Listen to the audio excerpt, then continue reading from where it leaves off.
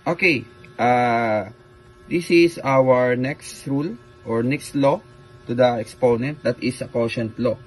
So, dito naman sa quotient law, sample naman tayo. A raised to 5 divided by A raised to 2. So, sa scenario na to, ang gagawin mo, since this is a quotient law, inverse siya ng tinatawag nating subtraction. Kung dito sa product law, inverse natin ay addition, dito naman sa quotient law, subtraction naman siya.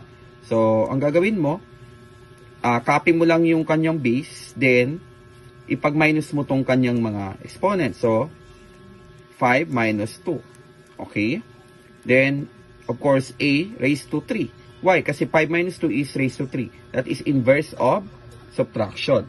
Another rule, another example, 10 kilometer cube divided by 2 kilometer square. Okay, so, in this sense, as if parang nagdi-divide ka lang, no? So, ang gawin mo, separate mo muna yung kanyang whole number. 10 divided by 2 times, okay, as is, kilometer raised to 3 minus 2. Yan.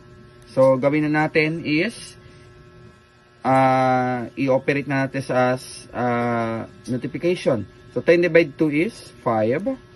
So, kilometer, 3 minus 2 is, as is, kahit hindi mo na isulat yung 1, or pwedeng is 1, or pwedeng 5 kilometer. So, ganun lang yung scenario mo for the quotient law.